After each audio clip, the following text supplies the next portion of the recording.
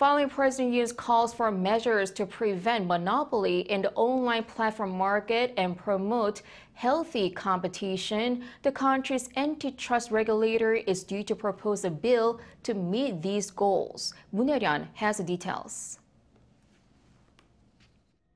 A bill to regulate market domination by online platforms has sparked debate among domestic and global businesses in the tech industry.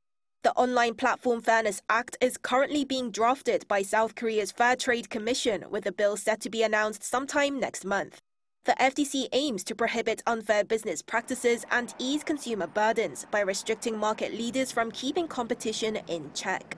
This in turn could provide more opportunities for small and medium-sized businesses and startups to enter the market. While the full details of the bill have yet to be revealed, the FTC has said that it would crack down on platforms that are engaging in monopolistic practices, citing Google's policies preventing game publishers from releasing their titles outside of Google's Play Store. It also cited domestic tech giant Kakao's manipulation of its algorithm to favor its own cab drivers above others on its Kakao mobility apps. The regulator has said that it will define market leaders by setting a quantitative standard such as for sales and the number of users, similarly to how the EU qualifies a large online platform as a gatekeeper in its Digital Markets Act.